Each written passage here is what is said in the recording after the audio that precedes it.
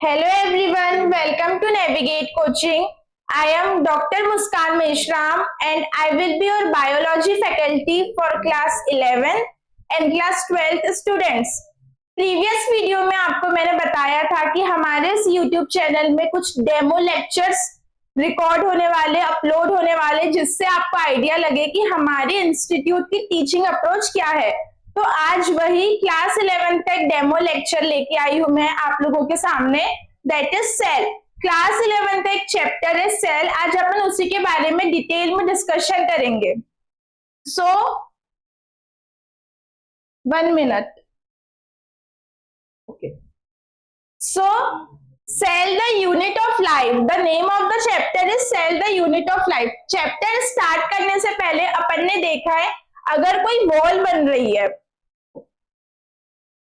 अगर कोई वॉल का फॉर्मेशन हो रहा है तो उसका फॉर्मेशन ब्रिक्स को जोड़ जोड़ के अपन लोग वॉल बनाते हैं। सिमिलरली अपनी ह्यूमन बॉडी सेल से मिलके बनी है, मतलब बहुत सारे ये सेल्स है, ये सेल्स मिलके क्या बनाते हैं, बॉडी का फॉर्मेशन करते हैं। एग्जाम्पल ले, ये पूरी एक ह्यूमन बॉडी है। ये ह्यूमन बॉडी बहुत सारे सेल से मिलके बनी हुई है, इसको कहते हैं अपन लोग animal cell. Similarly plant body भी बहुत सारे सेल से मिलके बनी हुई रहती है, इसलिए उस सेल को क्या कहते हैं, जिस सेल से प्लांट बॉडी मिलके बनी हुई रहती है उससे अपन लोग कहते हैं प्लांट सेल। तो cell the unit of life, cell को यूनिट ऑफ लाइफ इसलिए कहते हैं क्योंकि जो सबसे छोटा स्ट्रक्चर अपनी बॉडी में, जिससे पूरी अपनी होल बॉडी का फॉर्मेशन हुआ है, वो सेल है। That's why we call cell is a unit of life. अब मेरे से आपका अब मुझसे क्वेश्चन है, आप कमेंट में जरूर बताइए अगर आपको पता होगा तो, कि सेल एक बहुत छोटी यूनिट है, फिर भी अपन लोग इसको पावरफुल यूनिट ऑफ लाइफ क्यों कहते हैं। अगर आपको पता होगा या फिर अगर आप कोई अपना नॉलेज यूज करके इस क्वेश्चन का आंसर दे पाएंगे तो आप कमेंट करिए, अदरवाइज आगे चल के मैं आपको एक्सप्लेन करूंगी। आइए सेल चैप्टर का इंट्रोडक्शन स्टार्ट करते हैं। All organisms are composed of cell, it means all organisms, जितने भी लिविंग ऑर्गेनिजम्स है, अगर आप बैक्टीरिया से लेके जायंट ह्यूमन बॉडी तक की बात करें, सब लिविंग है। तो जितने भी ऑर्गेनिजम्स है सब सेल से मिलके बने, ठीक है। कुछ ऑर्गेनिज्म सिंगल सेल से मिलके बने हुए रहते हैं, कुछ ऑर्गेनिज्म मल्टी सेल से बने हुए रहते हैं। आइए देखते हैं। Some are composed of single cell, are called unicellular organisms. अगर अपन लोग यूनिसेल्यूलर का मीनिंग को ब्रेक करें तो uni means single, cellular means cell. तो जो ऑर्गेनिज्म सिंगल सेल से बने हैं उनको अपन लोग क्या कहते हैं, यूनिसेल्यूलर ऑर्गेनिजम्स। अपन को याद करने की जरूरत ही नहीं है, नाम में ही शो हो रहा है कि इसमें क्या कैरेक्टरिस्टिक फीचर होगी, unicellular organism, single cell organisms. आइए, ये जो ऑर्गेनिजम्स अपन को दिख रहे हैं ये सिंगल सेल से बने हुए, सिंगल सेल से बने हुए, इसका मतलब क्या होता है, एक सेल है, मान लो ये एक सेल है, इस सेल के ही अंदर उतनी पूरी एसेंशियल एक्टिविटीज चलेगी जो एक सेल को लाइव रहने के लिए नेसेसरी, लाइक इसी सेल के अंदर रेस्पिरेशन होगा, इसी सेल के अंदर डाइजेशन होगा, इसी सेल में एक्सक्रीशन होगा, जो भी बेसिक मेटाबॉलिक एक्टिविटीज है वो इसी सेल के अंदर होगी। जैसे कि अगर अपन लोग मल्टी सेल्यूलर ऑर्गेनिजम्स की बात करें तो मल्टी सेल्यूलर ऑर्गेनिजम्स, अब आप खुद ही बता देंगे मल्टी सेल्यूलर का मीनिंग क्या होता है। Multi means many, cellular means cell and organisms means organisms. तो जो ऑर्गेनिजम्स बहुत सारे सेलों से मिलके बने हुए रहते हैं उन्हें अपन कहते हैं मल्टी सेल्यूलर ऑर्गेनिजम्स। एग्जाम्पल ये आपको दिख रहा है, ये दिख रहा है, ये बहुत सारे सेल है, ये बहुत सारे सेल बनके मिलके बॉडी का फॉर्मेशन करेंगे और वही बॉडी कहलाएगी मल्टी सेल्यूलर बॉडी। एग्जाम्पल अपन अपनी बॉडी की बात करते हैं, ह्यूमन बींग्स। तो अपन एक सेल से तो नहीं बने हैं, अपनी बॉडी बहुत कॉम्प्लेक्स है, अपनी बॉडी के अंदर बहुत सारे सेल्स है, ठीक है। अपनी बॉडी में एक अलग सिस्टम से, एक अलग रेस्पिरेटरी सिस्टम है जिसमें लंग्स है, एक अलग डाइजेस्टिव सिस्टम है जिसमें स्टमक प्रेजेंट है। तो क्या होता है, अपनी बॉडी में अलग अलग सेल अलग अलग फंक्शन परफॉर्म करते हैं, बट इन यूनिसेल्यूलर ऑर्गेनिजम्स पूरे फंक्शन एक ही सेल में होते हैं। आई होप आपको ये क्लियर होगा, और ऑफ कोर्स नाम से ही क्लियर है, unicellular organisms mean single cell, multicellular organisms means organisms composed of many cell. आगे चलते हैं। What is cell? सेल क्या है? सेल की डेफिनेशन क्या है? ये एक इंपॉर्टेंट पॉइंट है, अगर आप एग्जाम के पॉइंट ऑफ व्यू से देख ले तो ये बहुत बेसिक डेफिनेशन है जो पूछी जाती है। What is cell? तो अपन देखते हैं, unicellular organisms are capable of independent existence, second performing the essential function of life. अब इसका मतलब क्या है? सबसे पहले अपन लोग एक यूनिसेल्युलर ऑर्गेनिजम्स बनाते हैं, मतलब जो सिंगल सेल से बना हो। क्या लिखा है? कैपेबल है, वो कैपेबल ऑफ, किस चीज में कैपेबल है? Independent existence. इंडिपेंडेंट एग्जिस्टेंस मतलब उसको दूसरे टिश्यू या फिर दूसरे सेल की जरूरत नहीं है अपनी बॉडी में फंक्शन परफॉर्म करने के लिए। जैसे कि मैंने आपको अभी बताया, अपनी मल्टीसेल्युलर ऑर्गेनिजम्स में स्टमक की जरूरत है डाइजेशन के लिए, लंग्स की जरूरत है रेस्पिरेशन के लिए, वैसे ही सिंगल सेल ऑर्गेनिजम्स में किसी और टिश्यू या फिर सेल की जरूरत नहीं है। यहीं पे डाइजेशन भी हो जाएगा, यहीं पे रेस्पिरेशन भी हो जाएगा, यहीं पे एक्सक्रीशन भी हो जाएगा, इसलिए ये अकेले रह सकता है, एक अकेला सेल रह सकता है, इसका मतलब यही है। सेकेंड क्या है? Performing the essential function of life. Essential function किसको कहते हैं? तो ये जो फंक्शन ह्यूमन बॉडी को अलाइव रखते हैं। अगर अपन सांस नहीं लेंगे तो अपनी डेथ हो जाएगी, अगर अपना खाना डाइजेस्ट नहीं होगा तो विथ टाइम अपन को प्रॉब्लम्स आएगी एंड एट द एंड अपनी डेथ हो जाएगी। तो क्या होता है? एसेंशियल फंक्शंस यही होते हैं जो एक ऑर्गेनिजम्स को अलाइव रखते हैं। तो यूनिसेल्युलर ऑर्गेनिजम्स में ये essential function like digestion, respiration, excretion, ये एक ही सेल के अंदर होते हैं। आई बात समझ? What is cell? Unicellular organisms are capable of independent existence and performing the essential function of life. अब ये क्वेश्चन आता है अपने माइंड में कि क्या सेल से भी कोई छोटी चीज है जो अकेले रह सकती है? अकेले रह सकती इन सेंस कि अकेले लिविंग रह सकती है? तो नहीं, सेल से ऐसी कोई भी छोटी यूनिट नहीं है जो अकेले एग्जिस्ट करेगी। सेल एक माइक्रोस्कोपिक यूनिट है, सेल अपने आप में बहुत छोटी यूनिट है और उससे छोटा कुछ भी एग्जिस्ट नहीं करता नेचर में। अब अपन लोग सेल थ्योरी की बात करते हैं। सेल थ्योरी को एक्सप्लेन करने से पहले अपन लोग दो साइंटिस्ट के वर्क समझते हैं कि साइंटिस्ट ने क्या वर्क करा। 1838 में मैथ्यू श्लेंडर ने क्या ऑब्जर्व किया? All plant are composed of different kind of cell. मतलब कि सबसे पहले तो उन्होंने बहुत सारे अलग अलग प्लांट को ऑब्जर्व किया एंड उन्होंने कंक्लूजन निकाला कि जितने भी प्लांट्स है अपने एनवायरमेंट में, अगर आप अपनी विंडो के बाहर देखोगे तो आपको कुछ अलग अलग वैरायटी के प्लांट्स दिखेंगे। यस, तो वो जितने भी प्लांट्स है वो क्या है? Composed of different kind of cell, मतलब वो एक सेल से नहीं बने। जैसे कि अपनी बॉडी की बात करूं, अपना मसल्स, अगर अपन अपने हैंड की बोन की बात करें तो बोन में अलग सेल होते हैं, स्टमक में अलग सेल्स होते हैं, लंग्स में अलग सेल होते हैं। जो सेल का जो फंक्शन होता है उसके बिहाफ में सेल वहां पे प्रेजेंट रहते हैं। सिमिलर प्लांट में भी ऐसे ही होता है, जैसे अपने बॉडी के हर ऑर्गन में अलग सेल प्रेजेंट है वैसे ही प्लांट में भी अलग सेल प्रेजेंट है। Example xylem, phloem, root cell, leaf में अलग सेल प्रेजेंट है। ये अपन डिटेल में पढ़ेंगे, क्लास 11 का ही टॉपिक है एनाटॉमी, उसमें डीप में पढ़ेंगे अपन कि सेल के बारे में क्या पढ़ना है अपन को, मेरिस्टेमेटिक टिश्यू वगैरह। इसकी बात अभी अपन इतना ही समझो आप कि प्लांट अलग टाइप के, plant body is composed of different type of cell.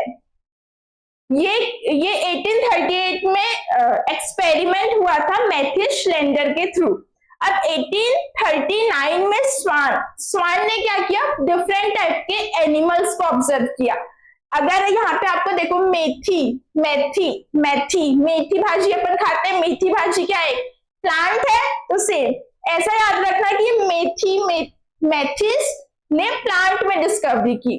स्वान एक क्या है? एनिमल है। तो ये याद रखना कि स्वान ने एनिमल सेल में डिस्कवरी की। इससे आपको ये दोनों साइंटिस्ट के नेम में कंफ्यूजन नहीं होगी। तो स्वान ने क्या डिस्कवर किया, he reported that the animal cell had a thin outer layer known as plasma membrane. उन्होंने ये डिस्कवर किया, अगर मैं अपनी बॉडी से एक सेल निकाल के यहाँ पे जूम करके आपको दिखाऊं, तो ये मेरा सेल है और ये सेल की आउटर जो लेयर है ये है प्लाज्मा मेम्ब्रेन। ठीक है, क्या है आउटर लेयर, प्लाज्मा मेम्ब्रेन। अपन इस मेम्ब्रेन के बारे में भी बहुत डिटेल में डिस्कशन करेंगे, बट अभी के लिए बस आप इतना जानिए, ये स्वान ने डिस्कवर किया कि जो एनिमल सेल की आउटर मेम्ब्रेन है दैट इज प्लाज्मा मेम्ब्रेन। अब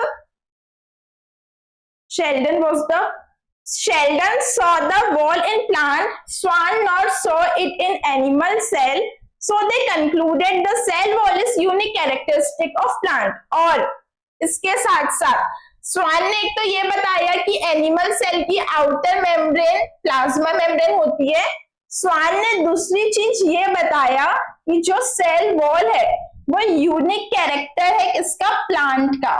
इसका मतलब कि अगर अपन एक प्लांट है उसका एक सेल निकाल रहे और सेल को जूम करे, तो ये जो सेल के बाहर एक वॉल प्रेजेंट होगी, उस वॉल को अपन लोग कहेंगे सेल वॉल, और उसके अंदर एक मेम्ब्रेन, उसको अपन लोग क्या कहेंगे, प्लाज्मा मेम्ब्रेन। यस, तो स्वान ने ये कंक्लूजन दिया एट द एंड कि सेल वॉल के outermost layer plasma membrane है, उसके बाहर कोई सेल वॉल प्रेजेंट नहीं है, बट प्लांट सेल की outermost membrane cell wall है और उसके अंदर प्लाज्मा मेम्ब्रेन प्रेजेंट है। यही है सेल थ्योरी का बेसिक। अब अपन लोग सेल थ्योरी में और डीप में जाएंगे। तो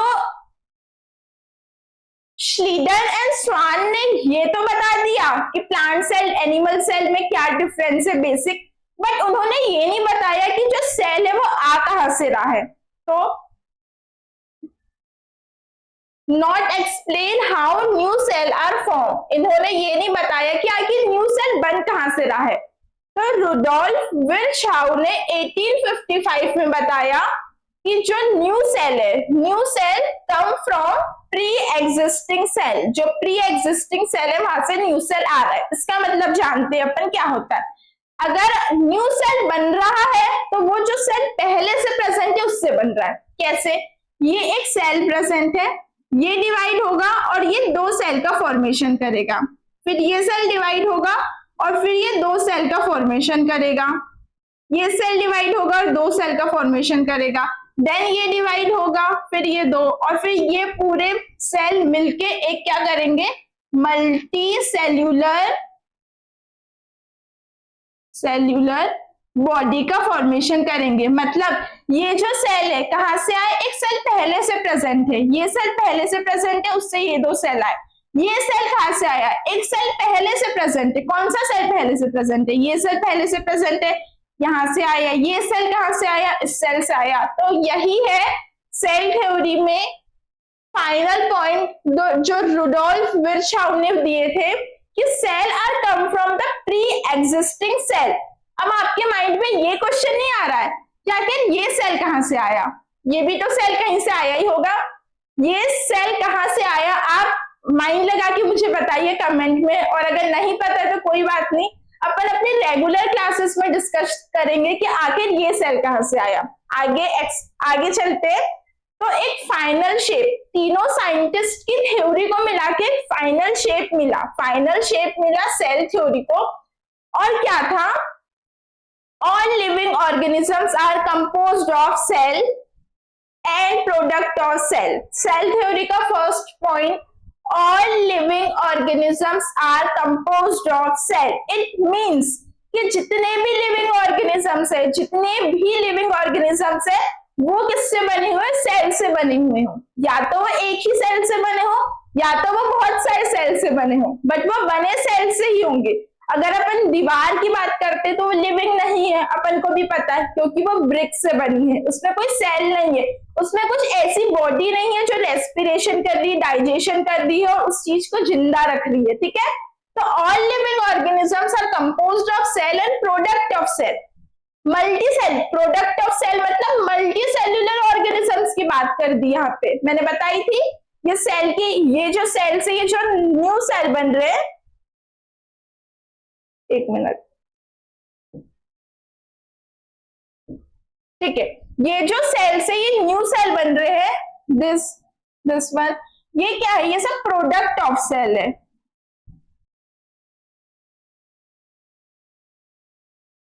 ठीक है। इस सेल का प्रोडक्ट ये दो सेल है, ये सेल के प्रोडक्ट ये दो सेल है, तो यही है कोई भी लिविंग बॉडी या तो सेल से बनी होगी या फिर सेल के प्रोडक्ट से बनी होगी। सेकेंड स्टेटमेंट क्या है, all cell arises from pre existing cell. मैंने आपको अभी एक्सप्लेन किया कि कोई भी सेल है, आप इस सेल की बात करो, मान लो इस सेल को ए नाम दे देते, इस सेल को बी नाम दे देते। ए सेल कहां से आया, पहले से एक सेल प्रेजेंट था, वो सेल ये है, इस सेल से क्या आया, इस सेल से क्या हुआ, ए सेल बना। तो all cell are come from pre existing cell, पहले से ही एक सेल प्रेजेंट होगा, उससे दूसरा सेल बनेगा, दैट्स इट, यही है सेल थ्योरी। अब अपन लोग एन ओवरव्यू ऑफ सेल, अपन ने अभी तक के हल्का हल्का देखा है सेल होता क्या है, बट अपन एक पूरा ओवरव्यू लेके चलते हैं सेल में होता क्या है। सेल का ओवरव्यू स्टार्ट करने से पहले एक आपको स्टोरी बताती हूँ जिससे आपको सेल समझने में और इजी हो।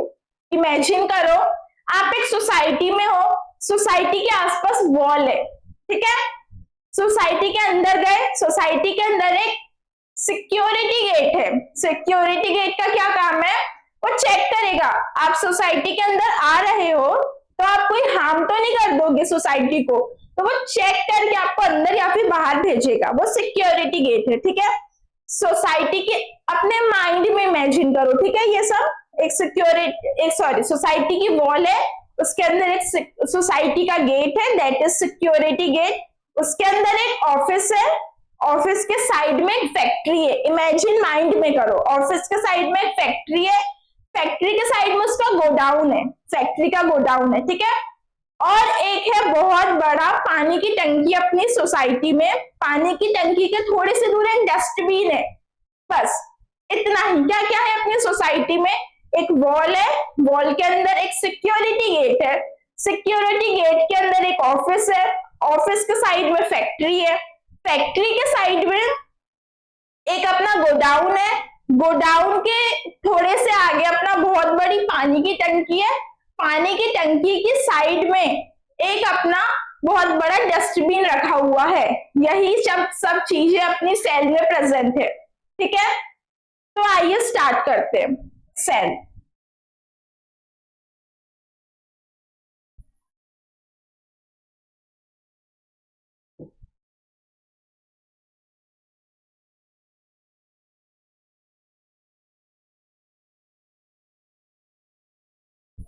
मैंने आपको क्या बोला था, सोसाइटी के सामने सबसे पहले एक वॉल है, सेल के भी सबसे पहले एक वॉल है, दैट इज सेल वॉल। और अपन ने अभी देखा था कुछ देर पहले कि जो सेल वॉल होती है वो प्लांट सेल में प्रेजेंट होती है, एनिमल सेल में सेल वॉल एब्सेंट होती है। उसके पीछे भी एक लॉजिक है कि क्यों प्लांट सेल में प्रेजेंट है और क्यों एनिमल सेल में एब्सेंट है, तो ये अपन अभी आगे समझते हैं। उसके अंदर एक ये सिक्योरिटी गेट है, that is security gate, plasma membrane. मैं आपको एक चीज इमेजिन करवाना भूल गई, बट कोई बात नहीं, आप ये इमेजिन करो कि सोसाइटी का जो ग्राउंड है वो एक जेली लाइक है, जितने भी ऑफिस है, जितनी भी फैक्ट्रीज है, जितना भी स्टोरेज हाउस है, वो सब एक जेली लाइक ग्राउंड के ऊपर बना हुआ है, ठीक है। तो जो सोसाइटी का सिक्योरिटी गेट है वही सिक्योरिटी गेट सेल में भी प्रेजेंट है, उसको अपन लोग कहते हैं प्लाज्मा मेम्ब्रेन, ठीक है। उसके बाद मैंने आपको क्या बोली, सिक्योरिटी में एक ग्राउंड है जिसके ऊपर पूरे ऑर्गन्स प्रेजेंट है, और उस ग्राउंड को अपन लोग कहते हैं साइटोप्लाज्म, ठीक है। साइटोप्लाज्म, कोई भी नाम याद करने की जरूरत नहीं है, बायोलॉजी को ऐसा बोला जाता है बायोलॉजी है तो याद ही करना है, बट नहीं, बायोलॉजी के पीछे हर एक नाम का लॉजिक रहता है, तो कुछ भी चीज याद करने की जरूरत नहीं है। जैसे कि मैंने आपको बताई, सिक्योरिटी गेट को अपन लोग क्या कहते हैं, प्लाज्मा मेम्ब्रेन कहते हैं, और ग्राउंड को अपन लोग साइटोप्लाज्म कहते हैं। अगर आपको बायोलॉजी में कहीं भी साइटो वर्ड मिल रहा है, इट मींस सेल, कहीं पे cytology, study of cell, cytoplasm, cyto means cell, then plasm means होता है फ्लूइड। तो जो सेल का फ्लूइड है उसको साइटोप्लाज्म कहते हैं। कुछ याद करने जैसा था इसमें? ऑफ कोर्स नहीं है। अब मैंने आपको इसका मीनिंग एक्सप्लेन नहीं करी। प्लाज्मा, प्लाज्मा मतलब होता है फ्लूइड, और मेम्ब्रेन मतलब मेम्ब्रेन। तो ये जो फ्लूइड है फिल अपने सेल के अंदर, उसके बाहर एक मेम्ब्रेन प्रेजेंट है, तो ऑफ कोर्स उसको अपन लोग प्लाज्मा मेम्ब्रेन ही कहेंगे। उसमें कुछ याद करने जैसा तो था नहीं, बस समझने जैसा था।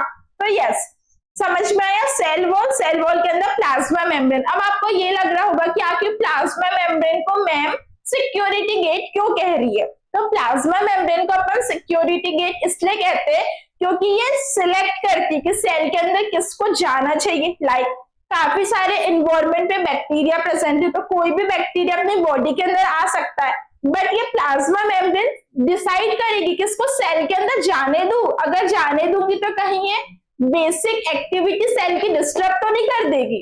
अगर नहीं करेगी तो ये सेल के अंदर जाने देगी। अगर इसे लगेगा प्लाज्मा मेम्ब्रेन को कि सेल को हार्म पहुंच जाएगा ये बैक्टीरिया, तो सेल के बाहर ही रखेगी उसको, ठीक है। इसलिए इसको अपन लोग सिक्योरिटी गेट कहते हैं। फिर मैंने आपको बोला कि सेल के अंदर एक ऑफिस होता है, और उस ऑफिस को सोसाइटी के अंदर एक ऑफिस था, और उसी ऑफिस को अपन लोग सेल के अंदर कहते हैं न्यूक्लियस। क्यों कहते हैं? क्योंकि न्यूक्लियस के अंदर जेनेटिक मटेरियल प्रेजेंट रहते हैं। यह भी अपन लोग डिटेल में पढ़ेंगे। फिर मैंने आपको बोली कि सेल के साइड में फैक्ट्री प्रेजेंट थी, उस फैक्ट्री को अपन लोग कहते हैं एंडोप्लाज्मिक रेटिकुलम। ये कुछ इस टाइप की होती है। फैक्ट्री का नाम क्या है? एंडोप्लाज्मिक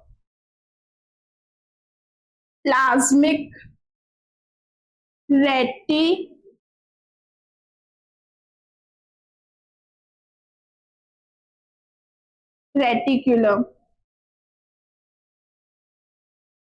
ओके, फैक्ट्री को क्या कह रहे हैं? Endoplasmic reticulum. एंडो मतलब, endo means inside,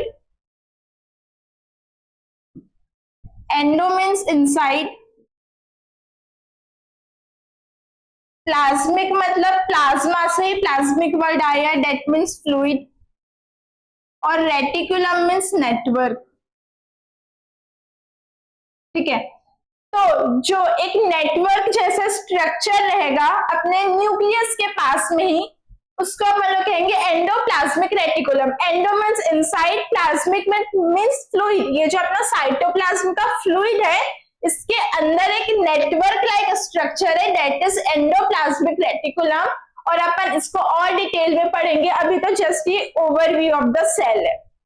endoplasmic reticulum के साइड में, अब मैं आपको यहाँ पे समझाती हूँ, ये बहुत हौच-पौच हो जाएगा नहीं तो। ये रहा अपना एंडोप्लाज्मिक रेटिकुलम, ये एंडोप्लाज्मिक रेटिकुलम, ठीक है।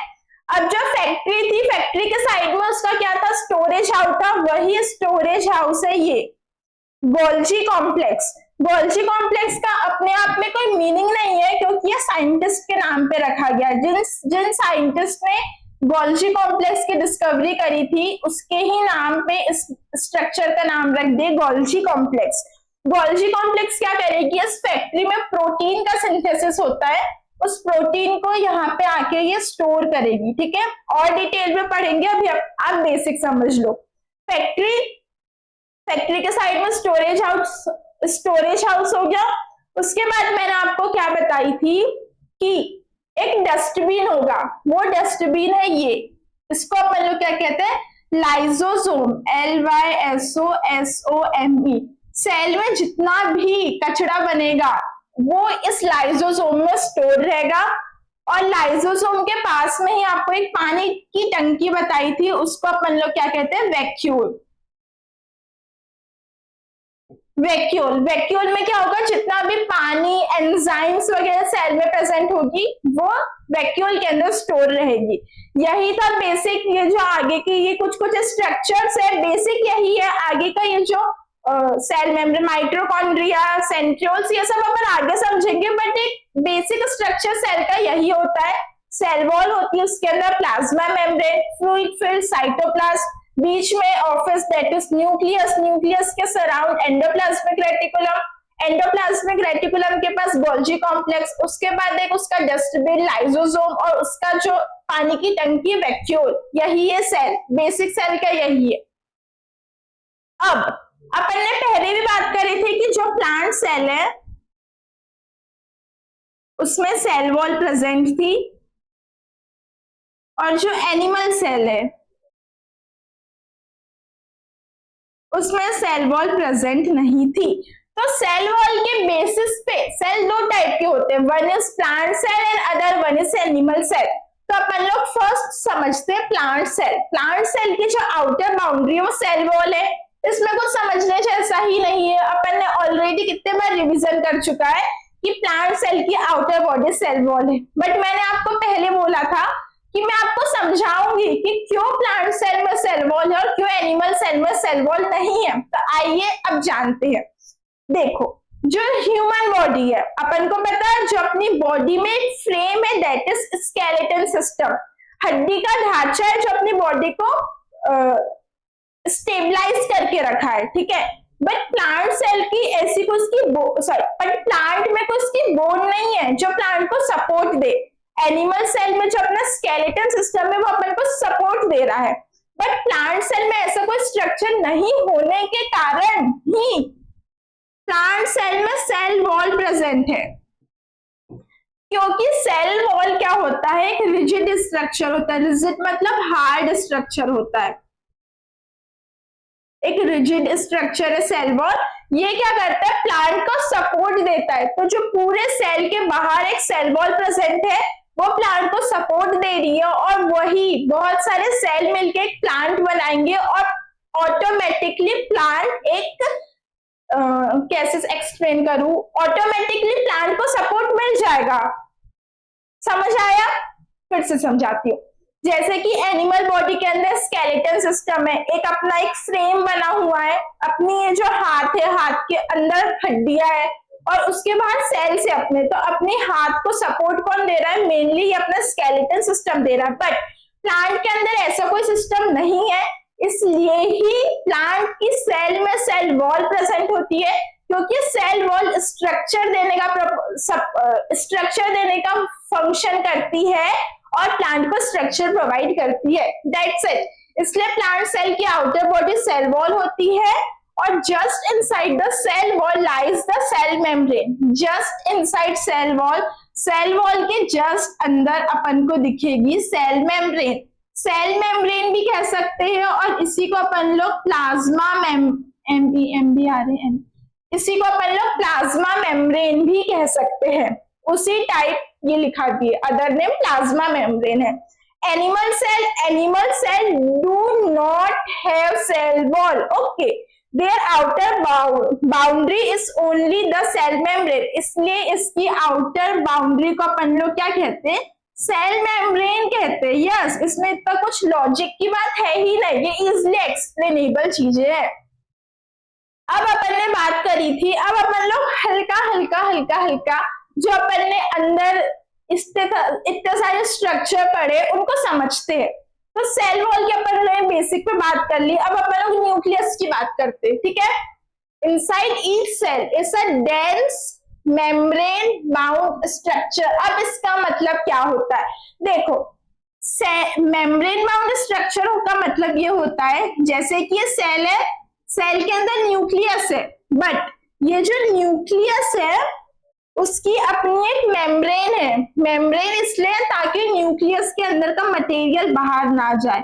ये क्या है, न्यूक्लियर मेम्ब्रेन है, इसलिए उसकी एक अपनी मेम्ब्रेन है। जैसे सेल की अपनी एक मेम्ब्रेन थी ना, प्लाज्मा मेम्ब्रेन, वैसे ही न्यूक्लियस की अपनी एक मेम्ब्रेन है, उसको अपन लोग न्यूक्लियर मेम्ब्रेन कहते हैं।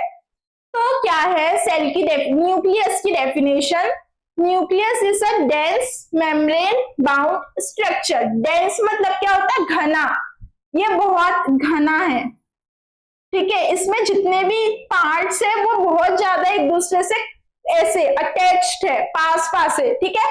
और वो मेम्ब्रेन बाउंड स्ट्रक्चर है, उसकी अपनी एक मेम्ब्रेन है। फर्स्ट लाइन क्लियर हुई। सेकेंड क्या है? Nucleus contain the chromosome.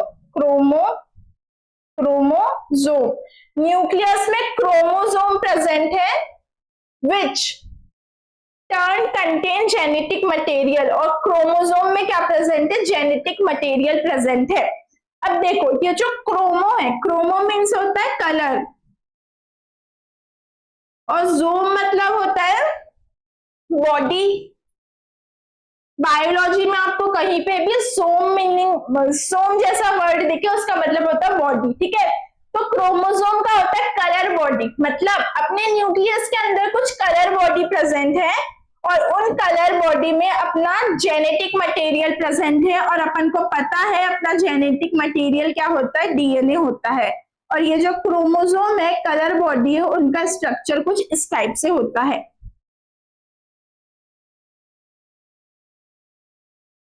ठीक है। इसका ये लार्ज एंड क्लियर व्यू ये है, आप इसको देखिए, इसको देखिए, इसको इग्नोर करिए, ठीक है। तो क्या मैंने बात करी? न्यूक्लियस के अंदर क्रोमोसोम है, और क्रोमोसोम के अंदर ये जेनेटिक मटेरियल है, और ये अपना जेनेटिक मटेरियल कहलाता है डीएनए। अपन इसकी भी डिटेल में बात करेंगे, अभी अपन इतना ही समझते हैं। सेकेंड पॉइंट क्लियर है। थर्ड पॉइंट क्या है? Cell that have membrane bound nuclei are called eukaryotes, ठीक है। अब दो चीज आ गई।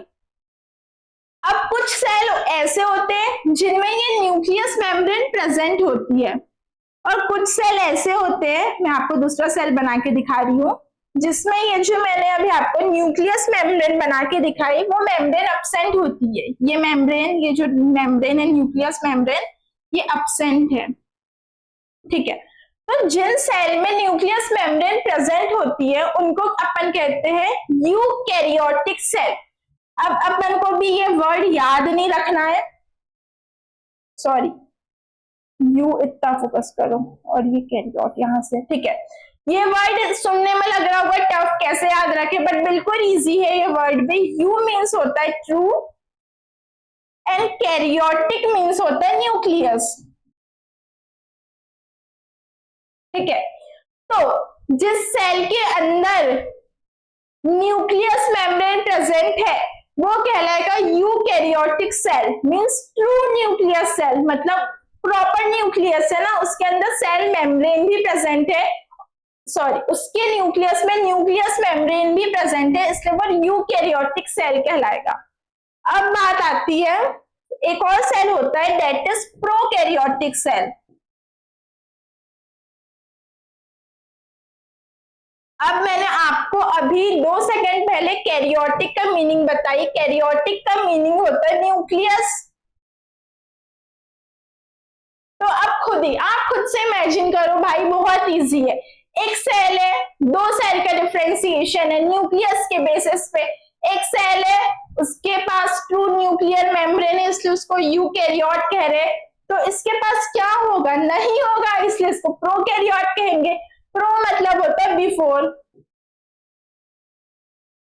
तो before prokaryote means before nucleus, nuclear membrane present नहीं है, वैसे सेल को अपन प्रोकैरियोटिक सेल कहेंगे। नाम में ही, बायोलॉजी में ऐसा ही है, नाम में ही समझाता है कि मैं क्या कहना चाह रहा हूं, बस अपन को उसको देखते आना चाहिए वो वर्ड को, कि वो वर्ड अपन से क्या कहना चाह रहा है। तो ये वर्ड अपन से क्या कहना चाह रहा है? प्रोकैरियोट, बिफोर न्यूक्लियस, मैं नहीं हूं before nucleus, that is prokaryotic cell. Nucleus के बेसिस में अपन ने 2 सेल देख लिए, अब अपन साइटोप्लाज्म देखते हैं, ठीक है। साइटोप्लाज्म का फर्स्ट पॉइंट है सेमी फ्लूइड मैट्रिक्स। मैंने आपको पहले ही बोला था कि जो अपने कॉलोनी का ग्राउंड है वो सेमी फ्लूइड है, वो जेली टाइप का है। तो ये जो अपने सेल के अंदर का ये साइटोप्लाज्म है,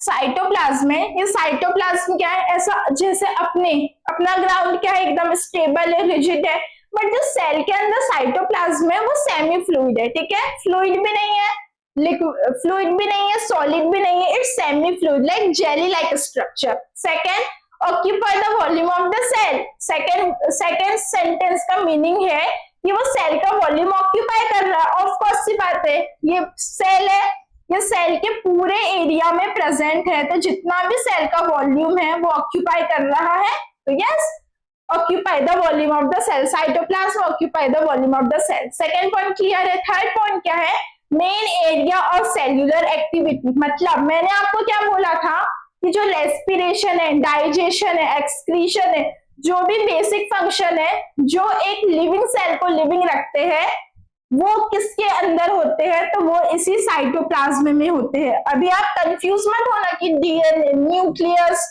रेटिकुलम, एंडोप्लाज्मिक रेटिकुलम कहाँ गया, वो सब यहीं पे है। पर ये जो अपना सेल्यूलर एक्टिविटी होती है, सेल्यूलर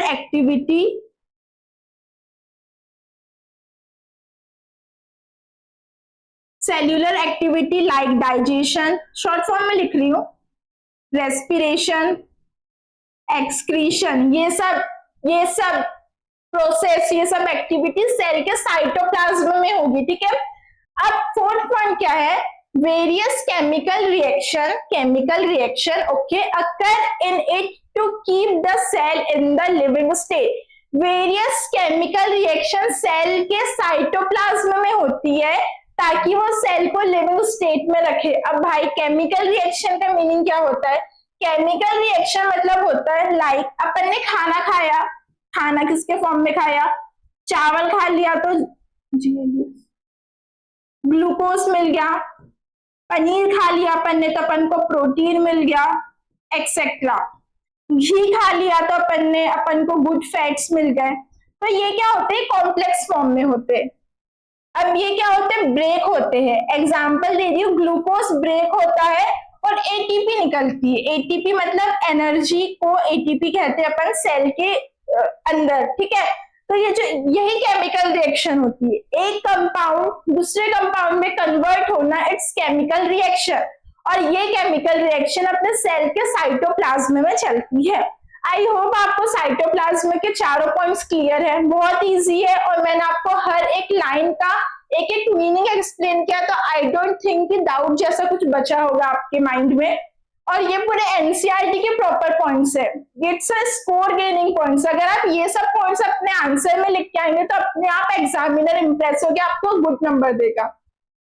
अब क्या है ऑर्गेनेल्स,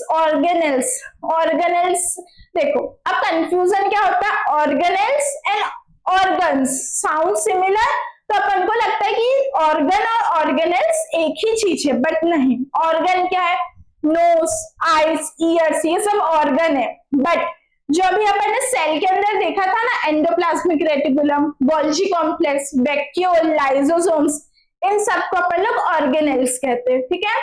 तो आइए समझते। Beside nucleus, the eukaryote cell have other membrane bound distinct structure called organelles. First point का मीनिंग क्या है अपन ये समझते हैं अच्छे से, कुछ बहुत बड़ा एक्सप्लेनेशन नहीं है, सिंपल ही है। क्या लिखा है, बिसाइड न्यूक्लियस मतलब न्यूक्लियस के साइड में, ये न्यूक्लियस है, ठीक है, उसके साइड में अपन ने क्या देखे थे, बहुत सारे ऑर्गेनेल्स देखे थे, लाइक ये endoplasmic reticulum, Golgi complex, vacuoles, ठीक है। Eukaryotic cell have other membrane bound distinct structure, ये तो अपन को पता है, जैसे कि न्यूक्लियस की अपनी मेम्ब्रेन होती है ना, वैसे ही इन सब स्ट्रक्चर की अपनी मेम्ब्रेन होती है। इसलिए ये एंडोप्लाज्मिक रेटिकुलम, गोल्जी बॉडी और वैक्यूल और जितने भी ऑर्गेनेल्स है सबकी, मैं एग्जांपल 3 का दे रही हूं, तो ये मत समझना कि बस 3 ही ऑर्गेनेल्स की अपनी मेम्ब्रेन होती है, सबकी मेम्ब्रेन होती है, ठीक है। तो क्या लिखा था, हाँ, बिसाइड न्यूक्लियस मतलब न्यूक्लियस के साइड में, बिसाइड मतलब साइड में, ये साइड में है। Other membrane bound distinct structure are called organelles, जो अदर दूसरे मेम्ब्रेन बाउंड स्ट्रक्चर्स प्रेजेंट है उनको अपन लोग क्या कहते हैं, ऑर्गेनेल्स कहते हैं। इनको ही कलेक्टिवली अपन लोग ऑर्गेनेल्स कहते हैं, समझ आया। हाँ, सेकेंड पॉइंट है, एग्जाम्पल दिया है, जैसे कि एंडोप्लाज्मिक रेटिकुलम, ये रहा अपना एंडोप्लाज्मिक रेटिकुलम, गोल्जी कॉम्प्लेक्स ये रही, लाइसोसोम यहाँ पे बना देते हैं, ये लाइसोसोम रहा अपना। माइटोकॉन्ड्रिया, अब आपको लग रहा होगा ये माइटोकॉन्ड्रिया क्या नया आ गया, ये तो मैंने एक्सप्लेन ही नहीं करी, ये माइक्रोबॉडीज क्या नहीं आ गई, ये तो मैंने एक्सप्लेन ही नहीं करी। वैक्यूल्स तो कर चुकी हूँ, तो ये रहा आपका वैक्यूल्स। तो ये भी सेल के स्ट्रक्चर रहते हैं। माइक्रोकॉन्ड्रिया सेल को एनर्जी देता है, माइक्रोबॉडीज छोटी छोटी बॉडीज प्रेजेंट रहते हैं। ये अपन लोग आगे चल के एक पूरा टॉपिक है, उसमें अपन लोग इनको डिटेल में पढ़ेंगे, अभी तो जस्ट अपन ओवरव्यू ऑफ सेल देख रहे हैं, तो उसमें इतना इंपॉर्टेंस नहीं है टॉपिक, ठीक है। तो यही होता है अपना organelles like endoplasmic reticulum, Golgi complex, lysosomes. पर अभी मैंने आपको बताया था, दो सेल बताई थी न्यूक्लियस के बेसिस पे, one is prokaryotic cell and other one is eukaryotic cell. The major difference between prokaryote and eukaryote is prokaryotic cell में न्यूक्लियस मेम्ब्रेन प्रेजेंट नहीं होगी, क्योंकि वो अपने नाम में ही चिल्ला चिल्ला के बता रहा है मेरा नाम प्रोकैरियोट है, मतलब मेरे पहले, प्रो मीन्स बिफोर और कैरियोट मतलब न्यूक्लियस, मतलब मेरे न्यूक्लियस के पहले मेम्ब्रेन प्रेजेंट नहीं है। Other cell is eukaryote cell, वो भी अपन को बता रहा है मेरा नाम भाई यूकैरियोट है, eu means true and karyote means nucleus, तो मेरे न्यूक्लियस के पहले मेम्ब्रेन प्रेजेंट है। इसके बेसिस में अपन ने प्रोकैरियोट और यूकैरियोट सेल देखे थे न्यूक्लियस के बेसिस पे। बट एक और पॉइंट अपन को ऐड करना है, प्रोकैरियोटिक सेल में उनके अंदर ये जो ऑर्गेनेल्स है ना, like endoplasmic reticulum, Golgi complex, lysosomes, ये सब ऑर्गेनेल्स भी प्रेजेंट नहीं रहते हैं, ठीक है। और यूकैरियोट सेल में ये सब ऑर्गेनेल्स प्रेजेंट रहते हैं। अब आपके माइंड में ये क्वेश्चन नहीं आ रहा भाई, इसके पास एक तो न्यूक्लियस की मेम्ब्रेन भी नहीं है और जो ऑर्गेनेल्स सेल के वो भी नहीं है, तो ऐसा क्यों इसके पास कुछ भी नहीं है? क्योंकि prokaryotic cell mainly unicellular organisms में प्रेजेंट होता है, उनको इतने सब स्ट्रक्चर की जरूरत नहीं पड़ती क्योंकि उनकी बॉडी सिंपल होती है, इसलिए इन स्ट्रक्चर को उनकी बॉडी में इतना नीड नहीं रहता है। आई होप आप ऑर्गेनेल्स का मतलब समझ रहे होंगे, वही जो न्यूक्लियस के साइड में मेम्ब्रेन बाउंड स्ट्रक्चर्स है जो यूकैरियोट सेल में प्रेजेंट है, दैट इज ऑर्गेनेल्स। आगे चलते हैं, बस चैप्टर खत्म, बस अपनी क्लास एंड होने ही वाली है। एक मोस्ट इंपॉर्टेंट ऑर्गेनेल्स है ribosomes. Ribosome are non membrane bound structure, मतलब कि राइबोसोम, अगर मैं आपको ये सेल बनाऊं, ये सेल का न्यूक्लियस और ये राइबोसोम रहते हैं, ठीक है।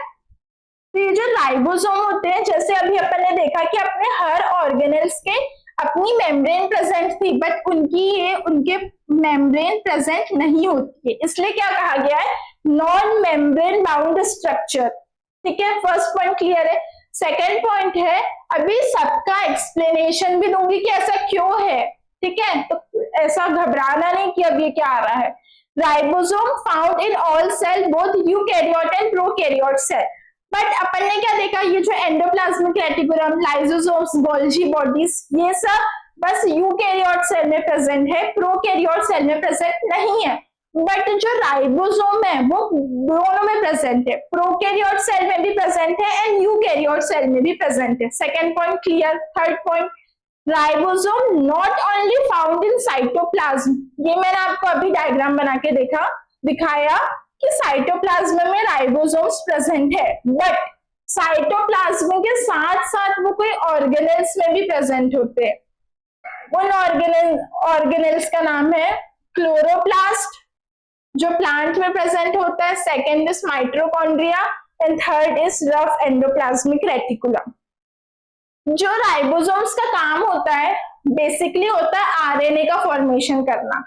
आरएनए हेल्प होता है अपन को प्रोटीन बनाने में। आप, मुझे नहीं पता आपको ये सब चीजें क्लियर है या नहीं है, बट अगर अपनी रेगुलर क्लासेस रहेगी तो डेफिनेटली ये सब मैं बेसिक से ही पढ़ाऊंगी कि आपको इनकेस नहीं भी पता हो कि इन सब चीजों का क्या फंक्शन है अपनी बॉडी में, तो आपको मेरी रेगुलर क्लासेस में पता चल जाएगा। तो अभी इन शॉर्ट इतना जानिए, राइबोसोम्स आरएनए बनाने में हेल्प करते हैं और आरएनए हर एक सेल के लिए इंपॉर्टेंट है, चाहे वो यूकैरियोटिक सेल हो या वो प्रोकैरियोटिक सेल हो। इसलिए दोनों सेल में प्रेजेंट है। और जो राइबोसोम का फंक्शन रहता है वो कुछ इतना सेपरेट नहीं रहता कि वो जो प्रोडक्ट बना रहा है वो अपने तक ही रखेगा, वो जो प्रोडक्ट बनता है वो डायरेक्ट साइटोप्लाज्म में रिलीज कर देता है, इसलिए उसको उसकी मेम्ब्रेन की जरूरत नहीं है, इसलिए वो नॉन मेम्ब्रेन बाउंड स्ट्रक्चर है। ठीक है, अगर फिर भी नहीं समझ आ रहा होगा तो मैंने आपके लिए ट्रिक लेके आई हूँ। ट्रिक है फ्री वर्कर, मतलब राइबोसोम एक फ्री वर्कर है। फ्री मतलब फ्री है, साइटोप्लाज्म में फ्री है, कोई बाउंड्री नहीं है उसके आसपास। ठीक है, दैट मीन्स फ्री वर्कर मतलब वो काम कर रहा है हर जगह। वो एक तो अपन ने देखा कि वो यूकैरियोटिक सेल में भी प्रेजेंट है, प्रोकैरियोटिक सेल में भी प्रेजेंट है, वो साइटोप्लाज्म में भी प्रेजेंट है, क्लोरोप्लास्ट में भी प्रेजेंट है, माइटोकॉन्ड्रिया, एंडोप्लाज्मिक रेटिकुलम, वो हर जगह प्रेजेंट है, वो हर जगह काम कर रहा है। तो यही एक ट्रिक है फ्री वर्कर। वैसे तो मैंने आपको हर एक पॉइंट का एक्सप्लेनेशन भी दे दिया है कि आखिर क्यों नॉन मेम्ब्रेन बाउंड स्ट्रक्चर है, क्यों यूकैरियोट प्रोकैरियोट में सब में प्रेजेंट है, क्यों साइटोप्लाज्म के अलावा भी अलग जगह पे प्रेजेंट है। ठीक है, तो ये था अपना राइबोसोम, ये भी कंप्लीट होता है। अगर अब आप जैसे कि मैंने देखा है 11th-12th के बच्चे बहुत सारे रेफरेंस बुक यूज करते हैं अपना कॉन्सेप्ट क्लियर करने के लिए, बट मैं आपको एनसीईआरटी ही इतना बेसिक और इतना डीपली पढ़ा रही हूँ ना कि अगर आप यही पॉइंट याद करके लिख दे एग्जाम में तो आपको इसके अलावा कहीं देखने की ही जरूरत नहीं है, क्योंकि ये एनसीईआरटी का एकदम बेसिक है, इसके बाहर कुछ नहीं आने वाला, इससे ज्यादा कुछ भी नहीं आना एग्जाम में। अब स्कोर बूस्टर पॉइंट्स देख लेते हैं, ये अपना लास्ट टॉपिक है, इसके बाद अपनी डेमो क्लास यही खत्म होती है। तो फर्स्ट इज स्मॉलेस्ट सेल। ये स्कोर बूस्टर पॉइंट इसलिए लिखी हूँ क्योंकि जो अपने टिक द करेक्ट आंसर आते हैं उनमें इस टाइप के पॉइंट्स आ जाते हैं, कहीं आप एग्जाम्पल लेके इन पॉइंट्स को रिप्रेजेंट करेंगे तो आपको और अच्छे नंबर मिल जाएंगे। स्मॉलेस्ट सेल होता है माइकोप्लाज्मा। अभी बस सुनो, largest isolated single cell egg of ostrich.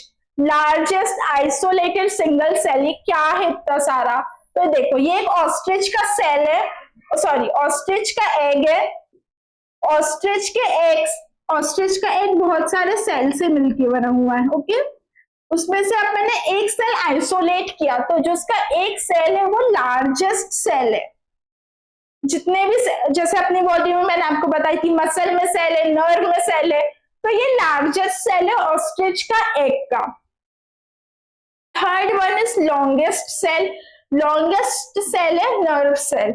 अगर आप स्मॉलेस्ट सेल की बात करोगे तो माइकोप्लाज्म आएगा। माइकोप्लाज्म से बैक्टीरिया होता है जो एक अकेले सेल का बना हुआ रहता है, वो बैक्टीरिया का सेल बहुत बहुत बहुत छोटा होता है, इसलिए उसको स्मॉलेस्ट सेल कहते हैं। इस वर्ड में माइको आ रहा है, माइको और माइक्रो थोड़ा रिलेट कर रहा है, माइक्रो मीन्स छोटा, तो आप ऐसा याद रख लेना माइकोप्लाज्म छोटा सेल है। Second is largest isolated single cell egg of ostrich. Ostrich OS, O से ओवर, S से साइज, ओवर साइज है मतलब बड़ा है साइज इसका। किसका? Cell of ostrich, isolated single cell of ostrich का।